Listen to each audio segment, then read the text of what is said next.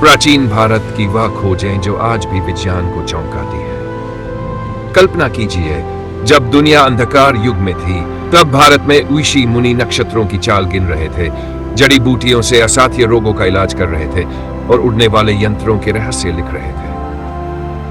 आधुनिक विज्ञान जिसे आज खोज कहता है, वही बातें हमारे शास्त्रों में हजारों साल पहले दर्ज थी। सवाल यह है, क्या ये सिर्फ कहानियां हैं या सचमुच प्राचीन भारत के पास ऐसा विज्ञान था जो आज भी दुनिया से कई कदम आगे है? साथ रहिए, क्योंकि अगले कुछ मिनटों में आप ऐसे प्रमाण देखेंगे जिन्हें जानकर आपका भारतीय होने पर गर्व और भी बढ़ जाएगा। जब भी हम प्राचीन भारत की बात करते हैं तो अधिकतर लोग इसे सिर्फ पौराणिक कथाओं से जोड़ते हैं। पश्चिमी इतिहासकारों ने तो सदियों से हमें यही विश्वास दिलाने की कोशिश की है कि वेद, पुराण और हमारे शास्त्रों में लिखी गई बातें केवल कल्पना है। उन्होंने कहा कि विमान शास्त्र, परमाणु सिद्धांत और शल्य चिकित्सा जैसे विचार किसी कवि की उड़ान है, न कि वास्तविक विज्ञान। लेकिन जैसे जैसे आधुनिक विज्ञान आगे बढ़ा, सच धीरे धीरे सामने आने लगा। आज हम जानते हैं कि ब्रह्मांड का विस्तार, ग्रहों की गति और पृथ्वी का घूर्णन, ये सब बातें हमारे ऋषि मुनियों ने हजारों साल पहले ही खोज ली थी। आर्यभट्ट ने कहा था कि पृथ्वी अपनी धुरी पर घूमती है। उस समय पश्चिमी दुनिया यह भी नहीं जानती थी कि पृथ्वी गोल है। इसी तरह जब आधुनिक शल्य चिकित्सा का इतिहास हमें यूरोप से जोड़कर दिखाया जाता है, तो सच यह है कि सुश्रुत संहिता में 3000 से भी अधिक साल पहले मोतियाबिंद, नासिका प्लास्टिक और जटिल सर्जरी का विवरण दिया गया है। आज के डॉक्टर मानते हैं कि सुश्रुत वास्तव में फादर ऑफ सर्जरी थे। परमाणु सिद्धांत को लेकर भी यही कहानी है। आज वैज्ञानिक कहते हैं कि ब्रह्मांड छोटे छोटे अणुओं से बना है। लेकिन क्या आप जानते हैं, कनाद मुनि ने यह बात 2500 साल पहले ही कह दी थी कि जगत अणुओं से निर्मित है। उनके लिए यह दर्शन था, लेकिन आज यही आधुनिक विज्ञान का आधार है। इतना ही नहीं, हमारे शास्त्रों में विमान शास्त्र का स्पष्ट उल्लेख मिलता है। पुष्पक विमान तो रामायण में सबने सुना है, लेकिन भरद्वाज ऋषि ने तो ऐसे यंत्रों के निर्माण की विधि तक लिखी थी। आज जब नासा और ईसा जैसी संस्थाएं अंतरिक्ष यान बनाने में अरबों डॉलर खर्च कर रही हैं, तो सोचिए, क्या यह सब भारत की ही धरोहर का अंश है जिसे हम भूल चुके हैं? पश्चिम ने इसे मिथक कहा, लेकिन जब जब विज्ञान ने नई खोज की, तब तब यह साबित हुआ कि हमारे ऋषि मुनि हजारों साल पहले उसी सत्य को जान चुके थे। तो अब प्रश्न यही है, क्या हम अपने गौरवशाली इतिहास को भूल बैठे हैं? क्या हम अपनी उस जान परंपरा को नकार बैठे हैं जिसने कभी पूरी दुनिया को प्रकाश दिया था? और क्या अब समय आ गया है कि हम अपने पूर्वजों की इस विरासत को फिर से पहचानें और गर्व से कहें, हाँ, यह जान भारत की धरोहर है। पहली खोज, खगोल विज्ञान। प्राचीन भारत की सबसे अद्भुत खोजों में से एक है खगोल विज्ञान। आज जब हम तारों की बात करते हैं तो हमारे सामने नासा, स्पेस स्टेशन या विशाल टेलीस्कोप की छवि आती है। लेकिन सोचिए, जब न तो कोई दूरबीन थी, न ही कोई उपग्रह, तब हमारे ऋषि मुनि आकाश के रहस्यों को इतनी बारीकी से कैसे जानते थे? ऋग्वेद में हमें ब्रह्मांड के अद्भुत रहस्यों का वर्णन मिलता है। यहाँ दिव्य नक्षत्रों, सूर्य की गति और रात्रि आकाश के विस्तार की चर्चा ऐसे की गई है जैसे लेखक ने स्वयं अंतरिक्ष से इन सब को देखा। वेदांग ज्योतिष, जो वेद का अंग है, उसमें ग्रहों की चाल, नक्षत्रों की स्थिति और काल गणना इतनी सटीक दी गई है कि आज का आधुनिक गणित भी दंग रह जाए।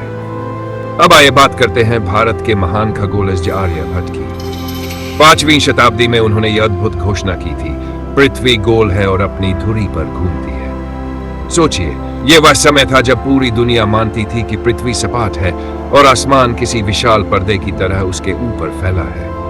पर आर्यभट्ट ने न केवल पृथ्वी की गोलाई और उसकी घूर्णन गति को पहचाना, बल्कि सूर्य ग्रहण और चंद्र ग्रहण का वैज्ञानिक कारण भी समझाया। उन्होंने स्पष्ट किया कि यह किसी दैत्य राहु केतु के कारण नहीं होता, बल्कि पृथ्वी और चंद्रमा की स्थिति और गति से उत्पन्न होने वाली एक खगोलीय घटना है। क्या यह जान मात्र संयोग था? नहीं, यह भारत की गहन वैज्ञानिक दृष्टि थी। और भी अद्भुत बात यह है कि प्राचीन ग्रंथ सूर्य सिद्धांत में सूर्य और पृथ्वी के बीच की दूरी का जो अनुमान दिया गया है, वह आधुनिक नासा की गणनाओं से लगभग मेल खाता है। सोचिए, जब नासा ने अत्याधुनिक रॉकेट और टेलीस्कोप की मदद से यह दूरी नापी, तब जाकर यह तथ्य सामने आया। लेकिन हमारे ऋषि बिना किसी उपकरण के ये सब कैसे जानते थे? क्या यह केवल गहरी ध्यान साधना और सूक्ष्म दृष्टि का परिणाम था, या फिर उनके पास ऐसा ज्ञान था जिसे हम आज भी पूरी तरह समझ नहीं पाए हैं? प्राचीन खगोलविद नक्षत्रों की गति का अनुमान लगाकर मौसम और ऋतु परिवर्तन की भविष्यवाणी करते थे। कृषि के लिए बीज बोने का सही समय, यज्ञ और अनुष्ठान की शुभ घड़ी, और यहां तक कि समुद्री यात्राओं के मार्ग, सब कुछ इसी खगोल ज्ञान पर आधारित था। यानी खगोल विज्ञान केवल आकाश को देखने की कला नहीं थी, बल्कि भारत के जीवन का अभिन्न अंग था। आज नासा अरबों डॉलर खर्च करके ब्रह्मांड के रहस्यों को समझने की कोशिश कर रहा है। विशाल वेधशालाएं बनाई जा रही हैं, अंतरिक्ष यान भेजे जा रहे हैं। लेकिन यही सत्य, यही ज्ञान हमारे ऋषियों ने सहस्त्रों वर्ष पहले ही समझ लिया था। तो प्रश्न ये उठता है, क्या आधुनिक विज्ञान वास्तव में नया है, या फिर ये केवल उसी प्राचीन ज्ञान की पुनः खोज कर रहा है जिसे हमारे पूर्वज हजारों साल पहले जान चुके थे? भारत का खगोल विज्ञान हमें यह सिखाता है कि हमारे ऋषि केवल आध्यात्मिक साधक नहीं थे, बल्कि ब्रह्मांड के सबसे महान वैज्ञानिक भी थे। और यह गौरव केवल भारत का नहीं, बल्कि पूरी मानवता की धरोहर है। जब हम आज अस्पताल और उन्नत सर्जरी की कल्पना करते हैं, तो हमारे मन में रोबोटिक आर्म, अत्याधुनिक ऑपरेटिंग थिएटर और जटिल मशीनों की तस्वीर उभरती है। लेकिन क्या आप जानते हैं कि वही विज्ञान और कौशल हमारे देश में सहस्त्रों वर्ष पहले मौजूद था, एक ऐसे रूप में जो बुद्धि, चिकित्सा और मानवता से भरा हुआ था? भारत के आयुर्वेदिक शास्त्र, विशेषकर चरक संहिता और सुश्रुत संहिता के पन्नों में चिकित्सा केवल इलाज नहीं, बल्कि जीवन जीने का विज्ञान है। चरक ने रोगों के कारण, रोकथाम और निदान पर जो स्पष्ट नियम दिए, वे आज भी प्रासंगिक हैं। चरक कहते हैं कि रोग का मूल कारण समझना सबसे बड़ा इलाज है। उन्होंने आहार, आचरण, दिनचर्या और वातावरण के प्रभाव को इतनी सूक्ष्मता से समझाया कि आधुनिक लाइफस्टाइल डिजीजेस का बढ़ता हुआ खतरा पढ़कर भी उनकी शिक्षाएं और अधिक अर्थवान लगती है। चरक ने रोग के प्रमाण देखने के लिए निरीक्षण, स्पर्श और प्रश्न करने की वैज्ञानिक विधि बताई, यानी डायग्नोसिस का आधार जो आज के डॉक्टर भी अपनाते हैं। और फिर आते हैं वह महापुरुष सुश्रुत, जिन्हें विश्व चिकित्सा समुदाय में अक्सर सर्जरी का पिता कहा जाता है। सुश्रुत संहिता न केवल रोगों का वर्णन है, बल्कि शल्य चिकित्सा का एक पूरा विज्ञान है, जिसमें 300 से अधिक शल्य क्रियाएं और 100 से अधिक शल्य उपकरण का वर्णन मिलता है। यह सूची किसी अंधविश्वास की नहीं, बल्कि व्यवस्थित निरीक्षण, परीक्षण और विधियों से परिपूर्ण एक वैज्ञानिक ग्रंथ है। सुश्रुत के शल्य उपकरणों के रूप, ब्लेड, स्कल्पेल, फोर्सेप, कटर और उनके प्रयोग के तरीके आज के उपकरणों से अंकित मेल खाते हैं। उनके द्वारा वर्णित नाक पुनर्निर्माण की तकनीक, जिसे आज हम राइनोप्लास्टी की प्रारंभिक रूपावली मानते हैं, इतनी व्यवस्थित और प्रभावी थी कि यूरोपीय चिकित्सकों ने भी उसे अध्ययन के बाद अपनाया। साथ ही मोतियाबिंद जैसे नेत्र रोगों का उल्लेख और उनके इलाज के तरीके भी सुश्रुत संहिता में मिलते हैं। यह दिखाता है कि हमारे वैद्य केवल सैद्धांतिक नहीं थे, बल्कि व्यवहारिक रूप से रोगों का सफल उपचार कर लेते थे। यह भी याद रखिए कि सुश्रुत और चक संक्रमण नियंत्रण, घाव की सफाई और उपचार, जली औषधियों और जड़ी बूटियों के प्रयोग के माध्यम से रोगियों की रक्षा कर रहे थे, यानी एसेप्टिक विचार और जड़ी बूटी विज्ञान का बेहतरीन संयोजन। आधुनिक चिकित्सा जगत भी आज यह मानती है कि पारंपरिक औषधियां और जीवन शैली संबंधी उपाय वैज्ञानिक खोजों से समर्थित है, और यह समर्थन हमारे शास्त्रों में पलक झपकते ही मिल जाता है। तो क्या यह कहना गलत होगा कि आधुनिक सर्जरी और मेडिकल साइंस की जड़ें कहीं हमें ही आती दिखती हैं? सुश्रुत और चरक ने जो पद्धतियां और सिद्धांत दिए, वे केवल इतिहास नहीं, वे मानवता को दिया गया एक अमूल्य व्यावहारिक धरोहर है। और यह हमारी जिम्मेदारी है कि हम इस ज्ञान को सम्मान दें, समझें और आज के विज्ञान के साथ जोड़कर आगे बढ़ाएं, ताकि आने वाली पीढ़ियां भी उसी संवेदनशीलता और कौशल से लाभान्वित हों। तीसरी खोज, परमाणु और ऊर्जा। भारत के ऋषियों की दृष्टि केवल आकाश और जीवन तक सीमित नहीं थी। उन्होंने उस सूक्ष्म जगत को भी देखा जिसे आज के आधुनिक वैज्ञानिक एटॉमिक वर्ल्ड कहते हैं। कनाद मुनि, जिन्हें वैशेषिक दर्शन का प्रवर्तक माना जाता है, सहस्त्रों वर्ष पहले ये घोषणा कर चुके थे कि संपूर्ण जगत अणुओं से बना है। उन्होंने कहा था कि यह विशाल ब्रह्मांड अनगिनत सूक्ष्म कणों यानी अणुओं का संयोजन है। ये अणु अविभाज्य है और विभिन्न प्रकार से मिलकर संपूर्ण पदार्थ का निर्माण करते हैं। सोचिए, वह युग जब पश्चिमी दुनिया यह भी नहीं समझ पाई थी कि पदार्थ की मूल इकाई क्या है। उस समय भारत में यूशी कनाद ये स्पष्ट कर रहे थे कि पदार्थ केवल अणु प्लस ऊर्जा का खेल। आज से केवल 400 वर्ष पहले जॉन डाल्टन ने एटॉमिक थ्योरी दी, लेकिन उससे हजारों साल पहले कनाद मुनि इसे अपने शिष्यों को पढ़ा चुके थे। यह कोई कल्पना नहीं, बल्कि गहन निरीक्षण और ध्यान से निकला हुआ वैज्ञानिक सत्य था। आधुनिक विज्ञान अब जाकर यह मानता है कि अणु के भीतर भी ऊर्जा का भंडार है। परमाणु को तोड़कर निकलने वाली ऊर्जा से आज दुनिया बिजली बना रही है, परमाणु रिएक्टर चला रही है और यहां तक कि परमाणु बम भी बना चुकी है। लेकिन कनाद मुनि ने चेतावनी दी थी, ऊर्जा का प्रयोग सृजन के लिए हो, विनाश के लिए नहीं। यह चेतावनी आज भी मानवता के लिए उतनी ही प्रासंगिक है। और यही नहीं, प्राचीन भारत ने केवल भौतिक विज्ञान में ही नहीं, बल्कि भाषा और कंप्यूटर विज्ञान में भी अविश्वसनीय योगदान दिया।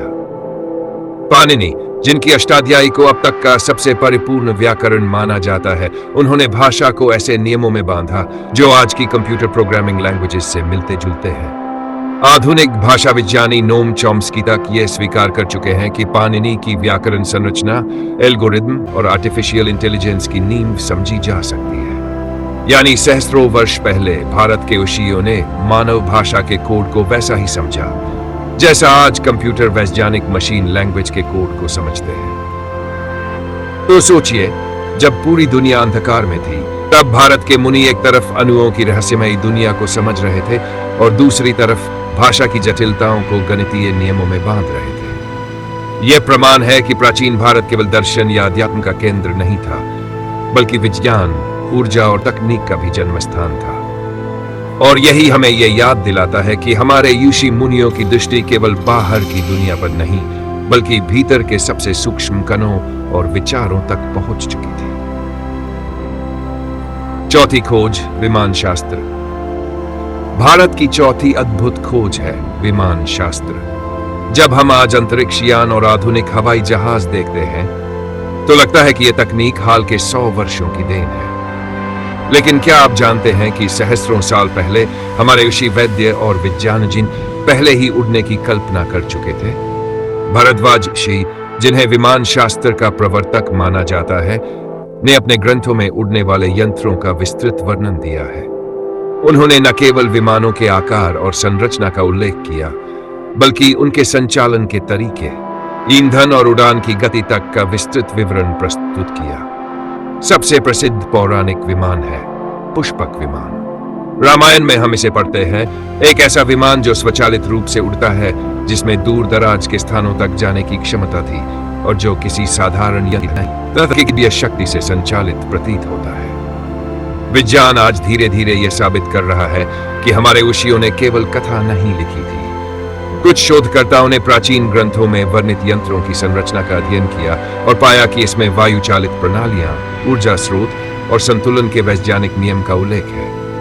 यह बिल्कुल वैसा ही है जैसे आधुनिक ड्रोन या स्पेसशिप के डिजाइन में किया जाता है। सोचिए, जब पूरी दुनिया उड़ान को केवल सपने में ही देख रही थी, तब भारत के ऋषियों ने ऐसे यंत्रों का विवरण दिया था जिन्हें आज हम एरोनॉटिक्स और एरोस्पेस इंजीनियरिंग में खोज रहे हैं। तो अब सवाल यह उठता है, क्या यह सिर्फ कल्पना थी या फिर वास्तव में प्राचीन भारत में विज्ञान इतना उन्नत था कि उन्होंने अपनी तकनीकी सोच को कथा के रूप में हमें सिखा दिया? यदि हम इन ग्रंथों को ध्यान से पढ़ें तो पाएंगे कि वहां न केवल उड़ने की तकनीक का उल्लेख है, बल्कि ऊर्जा, नियंत्रण प्रणाली और सुरक्षा उपायों का भी वैज्ञानिक वर्णन है। यानी यह केवल दिव्य कथा नहीं, बल्कि वास्तविक विज्ञान का संकेत है। भारत का विमान शास्त्र यह प्रमाण है कि हमारे ऋषि वैद्य और वैज्ञानिक न केवल ब्रह्मांड और जीवन को समझते थे, बल्कि उन्होंने मानव जीवन के हर आयाम, धरती पर और आकाश में को छूने का ज्ञान भी प्राप्त किया था। और यही हमें यह सोचने पर मजबूर करता है कि क्या हमारी कल्पना और हमारे शास्त्र सच में इतने अद्भुत रूप से जुड़े हुए हैं। पांचवी खोज, ध्वनि और मंत्र विज्ञान। दोस्तों, भारत की पांचवी अद्भुत खोज है ध्वनि और मंत्र विज्ञान। शब्द केवल संवाद का माध्यम नहीं है, बल्कि हमारे ऋषियों ने इसे ऊर्जा और ब्रह्मांडीय शक्ति के रूप में समझा। मंत्र केवल उच्चारण नहीं, बल्कि ध्वनि तरंगों की शक्ति है। सबसे प्रसिद्ध मंत्र है ओम। जब इसे उच्चारित किया जाता है तो यह केवल एक ध्वनि नहीं, बल्कि पूरे ब्रह्मांड को कंपन में डालने वाला आध्यात्मिक और वैज्ञानिक ऊर्जा स्रोत बन जाता है। प्राचीन प्रयोगों में ऋषियों ने देखा कि पानी जब मंत्रों की ध्वनि तरंगों के संपर्क में आता है तो उसके अणु एक सुंदर और संतुलित संरचना में व्यवस्थित हो जाते हैं। यह केवल कल्पना नहीं, आज के वैज्ञानिक प्रयोग भी यही दिखाते हैं। सही उच्चारण और तरंग वृत्ति से मानसिक शांति, ध्यान की गहराई और ऊर्जा का संचार संभव है। आज साउंड हीलिंग, क्वांटम वाइब्रेशंस और साइमेटिक्स जैसे विज्ञान इसे प्रमाणित कर रहे हैं। माइक्रोस्कोप और ध्वनि उपकरण दिखाते हैं कि ध्वनि की तरंगें पदार्थ के भीतर व्यवस्था ला सकती हैं, और उसी प्रकार जैसे हमारे मंत्र प्राचीन काल से ये सिखाते आए हैं। हमारे ऋषियों ने समझ लिया था कि ध्वनि को ऊर्जा, और यह ऊर्जा ब्रह्मांडीय संतुलन में सहायक होती है। तो अब सवाल यह है, क्या ये केवल आध्यात्मिक कथाएं हैं, या फिर यह वास्तविक विज्ञान है जिसे आधुनिक प्रयोग और तकनीक अब धीरे धीरे समझ पा रही है? भारत का मंत्र और ध्वनि विज्ञान ये साबित करता है कि हमारे ऋषि केवल ध्यान और पूजा के लिए मंत्र नहीं बोलते थे। वे ऊर्जा के वैज्ञानिक, मन और शरीर के चिकित्सक और ब्रह्मांडीय नियमों के ज्ञाता थे। और यही कारण है कि आज भी हजारों वर्ष बाद उनके मंत्र और ध्वनि प्रयोग पूरी दुनिया में अनुसंधान और चिकित्सा का विषय बन चुके हैं। हमारे पूर्वजों का ज्ञान केवल धार्मिक नहीं, बल्कि वैज्ञानिक और वास्तविक था, और इस ज्ञान से ही मानव जीवन में संतुलन, शक्ति और स्वास्थ्य का मार्ग प्रशस्त होता है। दोस्तों, आज हमने देखा कि प्राचीन भारत केवल मंदिरों और उपदेशों का देश नहीं था। यह वह भूमि थी जहां विज्ञान, गणित, खगोल, चिकित्सा, ध्वनि और ऊर्जा का अद्भुत संगम हुआ करता था। हमने पहली खोज में जाना कि ऋग्वेद और वेदांग ज्योतिष ने आकाश और ग्रहों की गणना कैसे की, और आर्यभट्ट ने पृथ्वी की गोलाई और ग्रहों की गति को हजारों साल पहले समझ लिया। दूसरी खोज में हमने देखा कि चरक और सुश्रुत संहिता ने जीवन, स्वास्थ्य और शल्य विज्ञान में अद्भुत सिद्धांत दिए। मोतियाबिंद और प्लास्टिक सर्जरी जैसी तकनीकें हजारों साल पहले मौजूद थी, और आधुनिक डॉक्टर भी इसके प्रमाण देते हैं। तीसरी खोज में हमने जाना कि कनाद मुनि ने संपूर्ण जगत अणुओं से बना है कहकर परमाणु विज्ञान की नींव रखी। पाणिनि के व्याकरण ने भाषा और कंप्यूटर विज्ञान की राह खोल दी। चौथी खोज में हमने विमान शास्त्र और भरद्वाज ऋषि के यंत्रों के बारे में जाना। पुष्पक विमान केवल कथा नहीं, बल्कि विज्ञान का संकेत है जिसे आधुनिक एरोनॉटिक्स अब समझ रही है। पांचवी खोज में हमने देखा कि ध्वनि और मंत्र विज्ञान, विशेष रूप से ओम, कैसे ब्रह्मांडीय ऊर्जा और तरंगों के माध्यम से मन, शरीर और वातावरण पर प्रभाव डालते हैं। आज के साउंड हीलिंग और क्वांटम वाइब्रेशंस इसी ज्ञान की आधुनिक पुष्टि है। तो अब सवाल यह है, क्या यह केवल कल्पना थी, या फिर यह विज्ञान है जिसे आधुनिक दुनिया अब धीरे धीरे समझ रही है? सच्चाई यह है कि हमारे ऋषि मुनि हजारों साल पहले उस चांद तक पहुंच चुके थे जहां आज आधुनिक विज्ञान नई खोजों के लिए प्रयास कर रहा है। दोस्तों, यह गर्व की बात है कि यह ज्ञान केवल भारत की धरोहर है। हमें इसे समझना, सराहना और आने वाली पीढ़ियों तक पहुंचाना होगा। यदि हम अपने प्राचीन विज्ञान को समझे तो भविष्य की सारी समस्याओं का हल यहीं से मिलेगा। यह केवल इतिहास नहीं, यह हमारी शक्ति, हमारी पहचान और हमारी जिम्मेदारी भी है। तो चलिए इस ज्ञान को अपनाएं, इसका अध्ययन करें और गर्व से कहें, हमारा अतीत महान है, हमारा विज्ञान अद्भुत है, और हमारी संस्कृति विश्व गुरु है। दोस्तों, यह तो बस शुरुआत है। हमने प्राचीन भारत के विज्ञान, खगोल, आयुर्वेद, शल्य चिकित्सा, परमाणु सिद्धांत, विमान शास्त्र और मंत्र विज्ञान के अद्भुत रहस्यों की यात्रा की। लेकिन यह सफर यहीं खत्म नहीं होता। आने वाले भागों में हम और भी गहरे और भी रहस्यमयी रहस्यों का पर्दाफाश करेंगे, वो ज्ञान जिसे दुनिया ने लंबे समय तक भूलने दिया। यदि आप चाहते हैं कि दुनिया फिर से जाने हमारे ऋषि मुनियों की अद्भुत खोजों को, तो इस वीडियो को लाइक करना ना भूलें। इसे अपने मित्रों के साथ शेयर करें, और हमारे सनातन संस्कृति हिंदी चैनल को सब्सक्राइब करके बेल आइकन दबाएं। हर लाइक, शेयर और सब्सक्राइब हमारे चैनल को और भी महान बनाता है, ताकि हम प्राचीन ज्ञान को सही मायने में दुनिया तक पहुंचा सकें। और हाँ, कमेंट करके हमें बताइए कि आप किस खोज के बारे में अगला वीडियो देखना चाहते हैं। खगोल, आयुर्वेद, विमान शास्त्र या मंत्र विज्ञान। आपकी प्रतिक्रिया हमारे लिए प्रेरणा है और हर कमेंट हमारे ज्ञान के सफर को और रोचक बनाता है। तो तैयार हो जाए, क्योंकि अगला वीडियो और भी रहस्यमयी और भी अद्भुत होने वाला है।